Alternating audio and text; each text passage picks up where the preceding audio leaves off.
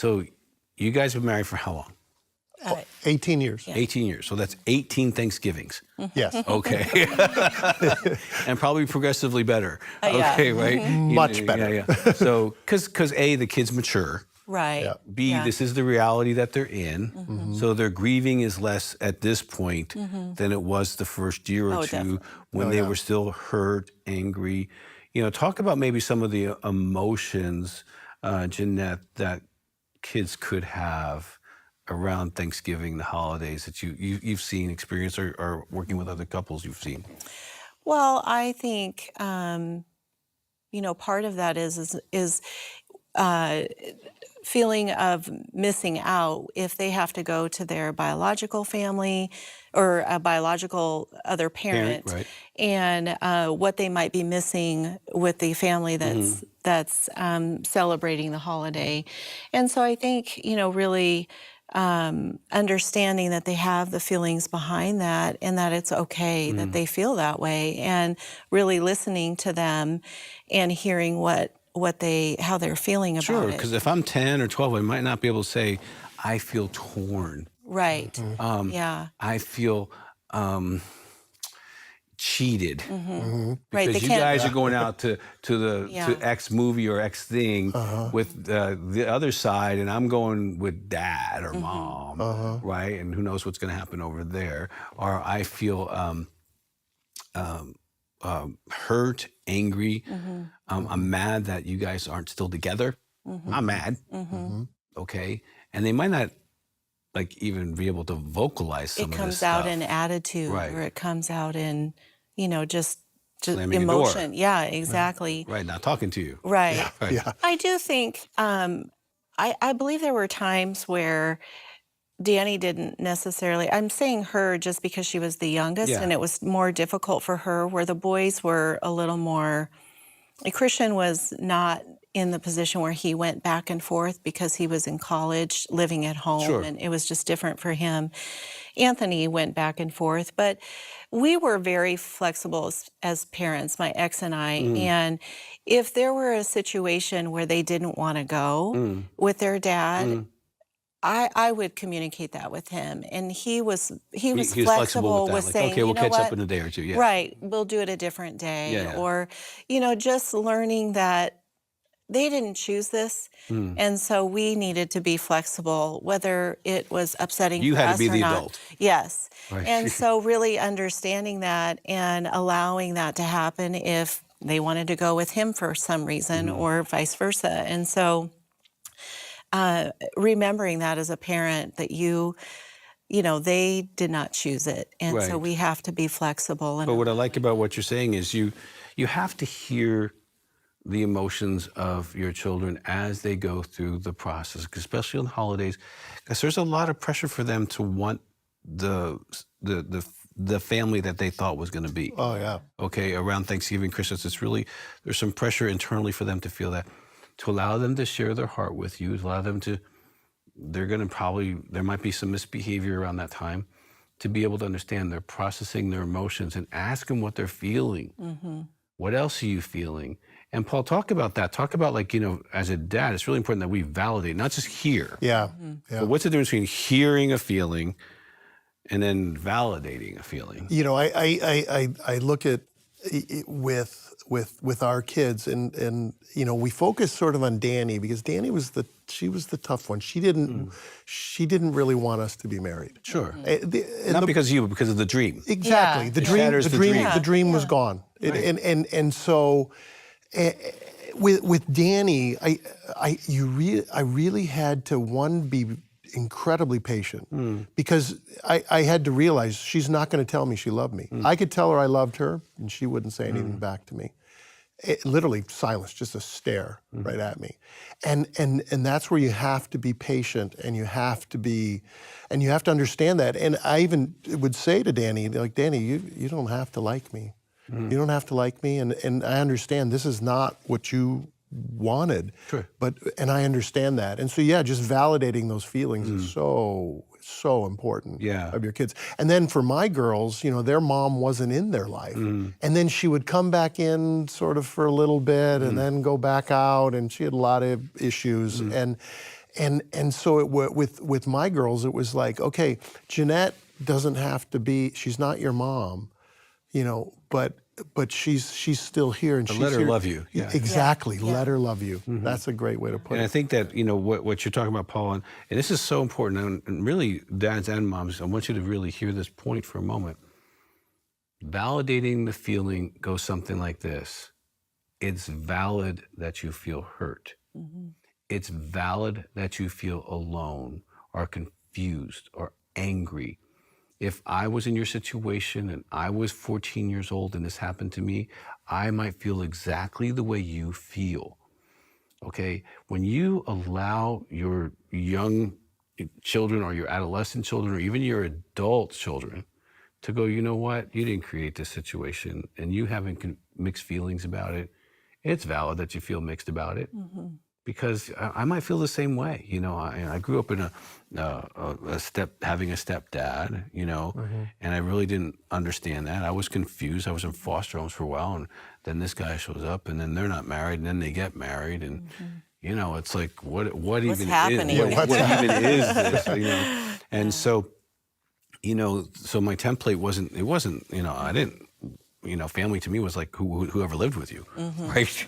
Okay, and that was your family. Here's your half sisters, and okay, and so it's important that your children, they can share their feelings. It's important that the parents validate the feelings over the holidays, especially, because definitely. Validating that, you know what, this is a tough season, because you're expected to be different than the situation you're in.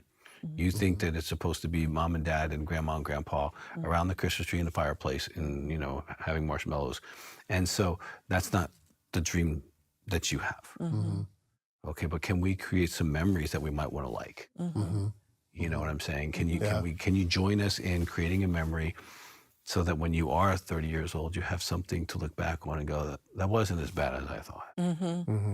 Okay, and I think that's sometimes the best you can do, Now, talk about how you guys have done Thanksgiving with others, because I think that says something really good about you all, but also it's helpful for the kids. Yeah, one of the things that we've done is that we open up our home to people that don't necessarily have family around. And so we've, just last year, I think we had over 20 people at our house for Thanksgiving. And then, you have to be flexible too, because then, we have adult children now, adult children that have children. We have 7 grandkids. Wow. Too. So you have to be flexible because some will leave. And that's the thing. You Has can't to be say, okay. yeah, you can't, you have to be okay with, Christian and Heather's his wife, they have to go to Her family. to her family. And then she has a step family, and they have 2 other. Right. It's 8, That's 10, the 12, 2, It's a 4. lot. Oh, They're it's the reality. Yeah. But so to open up our home to other people, I think it's good for our kids to see that community is so important, and bringing and that, I believe that's what Jesus. I mean, you look at that's what Jesus did. He told Matthew, I'm coming to your house. Matthew, we're coming to your house tonight, and we're having a party. And so that's important to have that community, and that's one thing that we've done the last few years. And then we traditionally will play games after dinner. And, so that's very loud. I've seen blended families, or even traditions in families are families. Okay, so it doesn't have to be blended or not. Yeah. Okay, you can go back into your family of origin traditions, friends who have different traditions, or create new traditions. Like some people watch a certain movie. Yes, yeah. Thanksgiving Day, and it's some funny movie, right? Yeah. Okay, Christmas Day may be a different movie, or they go to a movie. Yeah. Okay, for some couples, they even, instead of trying to do everything at home, I've had blended families say, okay, we're going to go to a nice place, and we're gonna have our Thanksgiving meal there. So it doesn't trigger all of this home stuff, all of this expectation stuff. And they might do that for a handful of years, where it's at a nice restaurant, they planned it ahead of time, the kids want to go there, and there's no expectation of all these family dynamics. It's just, let's just go have a good meal together, let's love on each other. So I think one of the things is you have to get outside the box, as step parents, a lot. Yeah. you know, because it's a different There's no situation. playbook, Doug. There's no, this is what you do and this is how you do it, and then you're going to be perfect and everybody's going to love everybody. It could take years Yeah. Right. before, and even then, there's a lot of times, even further down, as we're 18 years into it, that you have tension that it's like, whoa, where did that come from? And But that would be true in any But family. we're, that's and any that would be that's true what in we, any family. is. That's what we say. We have, you know, there's different dynamics. There's that people who grow up happen, together their whole lives, and at 40 they're fussing. Yes, I've exactly. had families when the parents died. These are adults. They're our age. They're 60, Yeah. you know, plus years old, Yeah. and they are fighting siblings over the will. Yes. Oh, yeah. Yeah. You know, and they were raised in good Christian families, right? Mom and dad never divorced. So Right. people are people. Yes. yeah. And I think that in step families, you get to see that. And I think it's actually a little easier because it's like, you're a person. I love you. I respect you. I see your flaws. I see your strengths. Let's try to walk this out together and trying to do it in a Christian way. But I do like the idea of community because I think that's one thing that some blended families avoid, honestly. Well, because it could be messy. It you know. is messy. It is messy. It is messy. Yeah. Yeah. You know, and And- you're bringing your little tribe to a cell group or a Sunday school or to a church situation, and you don't look like everybody else. Although at this point, you look like at least 30% of the church, right? Yeah. Yeah. And I really encourage community. I encourage you, if you are a blended family, bring some other blended families around, talk to each other. I think, you know, blended's a great way to start, like even a little Bible study in their home or do something at home where they read through it, talk about it, laugh about it, cry about it. But I think it's important and you guys validate this or not, but working with so many couples over the years, the blended families who dad has a guy he can talk to and mom has a woman that she respects and can talk to, and not necessarily mentors, but they might be just even peers, but a place where you can let the air out, I think it's really important. Very important. right? Oh, yeah. Okay. And you have some experiences with that, right? Where it's like, okay, I'm not even going to talk to my husband or wife about this, but I need to talk to somebody. Right. This kid is Yep. driving me Yeah, absolutely yeah. bonkers, and you know, if I had my way, I would blah, blah, blah, blah, Right. blah, blah, blah. Yeah.